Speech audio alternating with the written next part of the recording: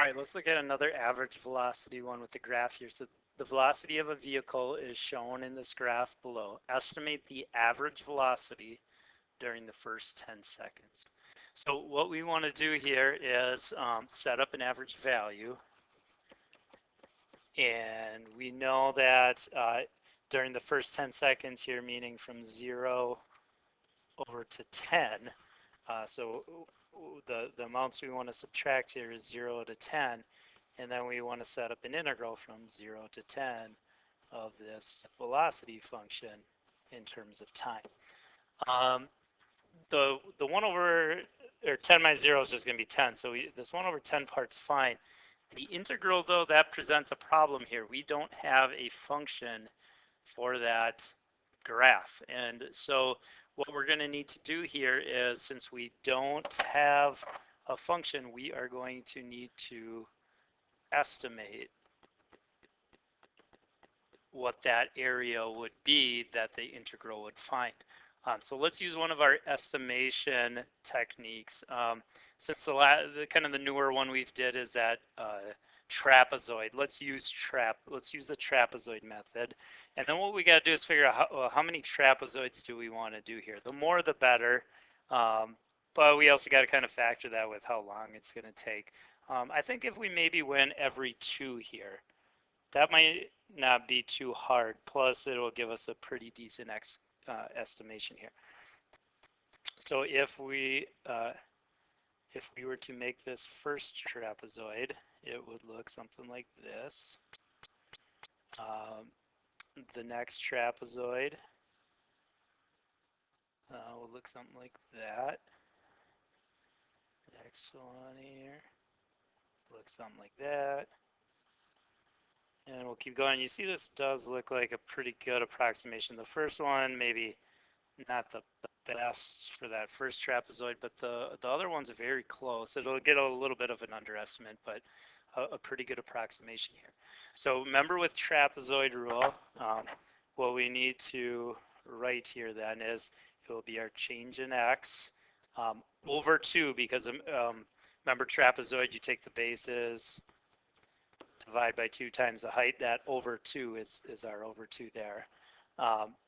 Then all these sides here get used as the bases of those trapezoids. So what we're going to have here is that first one gets used once at 0. The f of 2 is the bottom of one trapezoid and the top of the other. So there's 2 of the f of 2s. There'll be 2 of the f of 4s. 2 of the f at 6s, 2 of the f at 8s, and then the last segment, the one at 10, just as the bottom of the last one, that one only gets used once. And so that should give us our approximation here. So now we got to fill in what are those different heights here, and also what's our change in x. Well, we know our change in x we picked here is 2. Every 2. So we got 1 over 10 times 2 over 2, which will just end up being 1. And then we have all these f values we got to plug in now.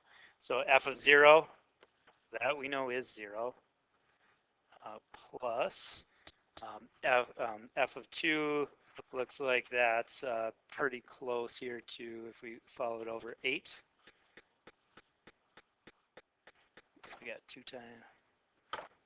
times 8 plus 2 times, now we got to have our f of 4, maybe about 9.5. Again, this is an estimate. It's not going to be exact here. Plus, now we got to figure out our f of 6. That looks to be 10. Plus our f of 8. That looks about the same as our other one at 9.5. And finally, our f of 10, if we follow that over, I don't know, maybe about 8.5, we'll say. Okay, so that's our approximation. Now you just got to go on and multiply that out and figure it out. If we add all those up, looks like we're going to get 10, be 82.5. And then last, we got to find the average of that. So average of that, or if we take 1/10, that's just moving the decimal place over. Looks like the average velocity comes out to be 8.25, and this was in meters per second. So that's an approximation. I guess we should be doing approximations for all of these because they were an approximation. That's our approximation of the average value. So if they ask any other follow-up questions on that, like this one asks, at what time was the instantaneous velocity equal to the average velocity? So for that, what you'd want to figure out then is, all right, we know the average comes out to be about 8.25. That's right. It's right here. So there's our 8.25. At what time is that equal to the average or the instantaneous velocity? Well, remember, instantaneous velocity, that is that time. So where on our graph, or at what time did that equal? Well, now we just follow that down here. The actual graph shows what that would be. So if we follow that down, looks like the instantaneous equals the average right around 2 seconds. So about, or approximately 2 seconds.